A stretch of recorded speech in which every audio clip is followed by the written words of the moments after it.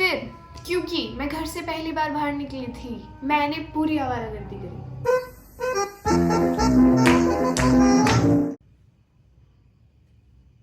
हाँ कर लो, सेट कर लो।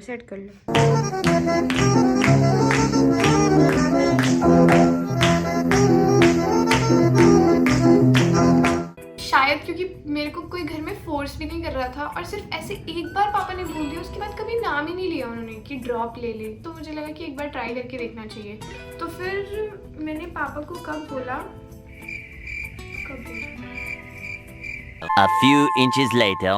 मैंने उनको 11-12 जून के अराउंड बोला कि पापा मेरे को ड्रॉप लेना है। ऐसे ही एक दिन मैं सुबह उठी हूँ और मैंने बोल दिया उनको कि पापा मुझे ड्रॉप लेना है। तो फिर पापा बोलते हैं क्या बोल रही है? मतलब अंदर से तो खुशी हो रही होंगी मुझे पता है, लेकिन उन्होंने मुझे फिर भी बोला कि तू टाइम ले ले, सोच ले 15-20 दिन, उसके बाद ले लेना। मैंने कहा नहीं, जो सोच लिया बस अभी करना है, उसके बाद पता नहीं क्या सोच लूँगी। उन्होंने बोला कि ठीक है, फिर ढूंढ कहाँ कोचिंग जाएगी, क्या करेगी, प्लान करके ले अच्छे से। कोटा तो मुझे नहीं जाना था क्योंकि इतनी दूर जाने की हिम्मत नहीं थी, कभी घर से बाहर भी नहीं निकली थी, तो कोटा तो कैंसिल था। फिर मेरे को लगा कि फिटजी चले जाते हैं। अब फिटजी में बेस्ट लग रहा था कि दिल्ली चली जाती हूँ, और जाना भी गया तब तो ऐसे लॉकडाउन ही चल रहा था, तो जो भी लेना था ऑनलाइन ही करना था। तो फिर थोड़ा ढूंढा, फिर नेट पे आया कि साउथ दिल्ली का बेस्ट होता है फिटजी का सेंटर।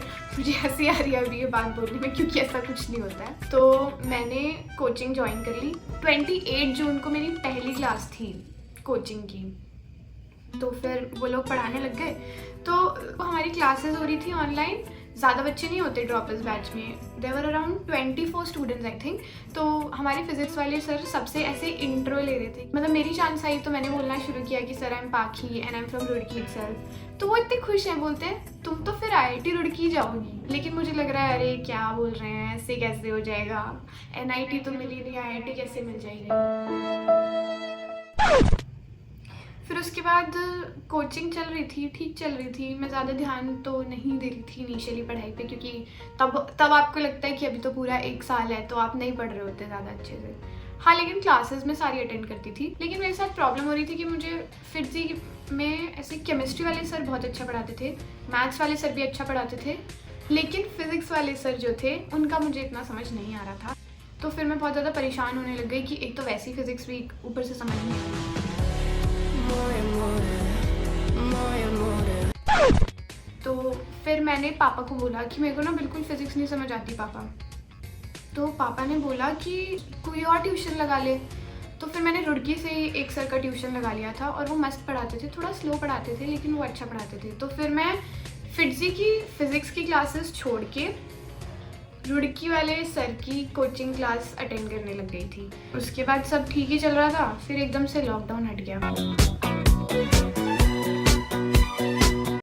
लॉकडाउन हट गया और हमें ऑफलाइन बुला लिया, और ऑफलाइन में गई 8 या 10 नवंबर कुछ ऐसी ही डेट थी। हम ऑफलाइन चले गए।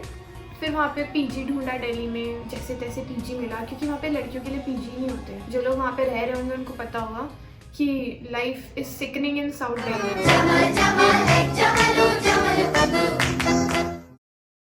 फिर क्योंकि मैं घर से पहली बार बाहर निकली थी, मैंने पूरी आवारागर्दी करी।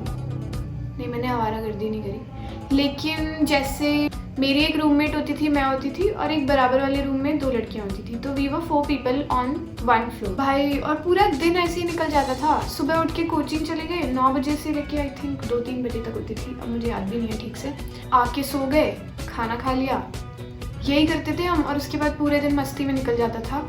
और मतलब मेरी लाइफ वेस्ट हो रही थी दिल्ली में, लेकिन मैं रियलाइज़ नहीं कर पा रही थी। मैं कुछ भी नहीं कर रही थी वहाँ पे। इवन जो क्लास में होता था ना, वो भी रोज़ का रोज़ पढ़ना छोड़ दिया था, क्योंकि वहाँ पे इतना एक्सपोजर मिल रहा था कि भाई ये भी कर सकते हैं, ये भी कर सकते हैं। PG में ऐसा ही होता है कि अगर आप लोग ज़्यादा दोस्त बना लेते हो तो आप पढ़ाई तो नहीं कर पा रहे होते। तो पढ़ाई तो नहीं हो रही थी मेरी वहाँ पे। बहुत मज़ा आता था। सरोजनी मार्केट चले जाते थे शॉपिंग करने, और लाजपत नगर शॉपिंग करने। भाई पता नहीं क्या क्या नहीं किया, जो जो नहीं करना था ना उस टाइम पे, वो सब किया वहाँ जाके। लेकिन ये बात मैंने घर पे तो नहीं बताई थी। वहाँ घर पे तो यही होता था कि हाँ सही चल रही है, पढ़ाई अच्छी चल रही है। घर पे तो यही बोलना पड़ता था। लेकिन फिर वापस लॉकडाउन लग गया था। न्यू ईयर के बाद आई केम बैक, और फिर घर में अच्छे से वापस पढ़ाई करने लग गई थी मैं। ऐसे रोज़ का 3-4 घंटा यही मेरा मैक्स होता था, मतलब 0 to 4 बोल सकते हैं, इतना ही पढ़ती थी मैं, मेरी कैपेसिटी इतनी होती थी। फिर मार्च में डेट आ गई थी कि अप्रैल में जेई होगा। एक तो 4 अटेम्प्ट से रिड्यूस होके 2 हो गए थे। मेरे पास मुश्किल से 1 महीना था और मेरे को पता नहीं, मतलब मुझे पता नहीं कितना पढ़ना था। मेरे को कुछ भी ऐसे एक भी टॉपिक उस टाइम पे ऐसा नहीं था जो मुझे अच्छे से आता हो, मतलब ऐसे असली वाली पढ़ाई के मोड में मैं तभी आई थी। और फिर थैंकफुली जेई शिफ्ट हो गया, जेई मेंस फिर कब हुआ था, जून तक शिफ्ट हो गया था। तो आई हैड अप्रैल, मई और जून, मतलब मार्च, अप्रैल, मई, जून मिला के कुछ 3-3.5 महीने थे मेरे पास। भाई मेरी जो भी पढ़ाई हुई है ना, मैं सच बता रही हूँ, मैंने सिर्फ इसी टाइम में पढ़ाई करी है। मेरा मैक्स यही होता था कि मैं 3-4 घंटे पढ़ूंगी, लेकिन फिर कभी कभी ऐसा होता था कि मैं बहुत ज़्यादा मोटिवेटेड हूँ, कहीं से कुछ सुन के आ गई हूँ या मम्मी पापा ने कुछ बोल दिया तो मैं बहुत ज़्यादा मोटिवेटेड फील करती थी। तो फिर कभी कभी ऐसे हफ्ते में नहीं, 2 हफ्ते में एक दिन ऐसा होता था कि मैं 8 घंटे पढ़ लेती थी या 8 के ऊपर चला जाता था टाइम। तो I use to make a sticky note कि 8 घंटे हो गए और वो मैं अपने रूम में लगाती थी ताकि उसको देख के मुझे अगले दिन मोटिवेशन आए। खैर वो तो कभी नहीं आता था। और फिर क्या बताना है,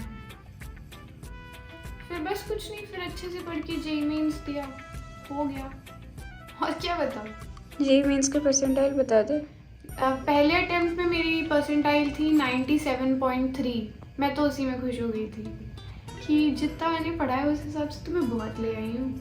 3 महीने 4 महीने या फिर 1 साल भी मान लो तो अरे बहुत है। फिर उसके बाद सेकेंड अटेम्प्ट दिया और सेकेंड अटेम्प्ट में ऐसे थोड़े से मार्क्स बढ़ गए थे तो 97.6 तक चला गया था।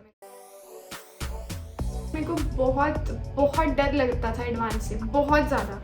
मतलब पहला जो एडवांस मैंने दिया था वो इतना घटिया गया था ना कि मुझे इतना डर लगता था ना उस एग्ज़ाम से।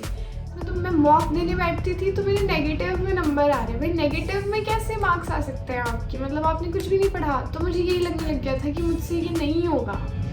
लेकिन फिर दिया, एडवांस दिया।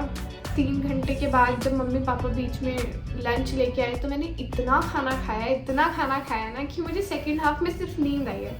तो I would like to advise you all कि अगर आप एडवांस देने जा रहे हो तो बीच के टाइम में कम खाना खाना प्लीज़। 11 सितंबर को रिज़ल्ट आना था एडवांस का, तो मैंने उसके पहले दिन ही बोल दिया था घर में कि कल रिज़ल्ट आ रहा है 10 बजे, लेकिन कोई खोलेगा नहीं।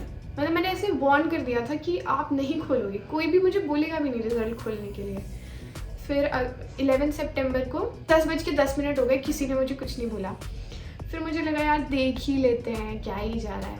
और भाई मैं इतनी खुश थी ना उस टाइम पे, तो मतलब पहले तो 2 मिनट के लिए मुझे समझ ही नहीं आया कि कैसे हो गया। हम पापा इलेक्शन ड्यूटी में गए हुए थे तो मेरी बहन ने उनको फटाफट से फ़ोन करके बोला कि पापा हो गया, एडवांस क्लियर हो गया। पापा बोलते हैं हो गया।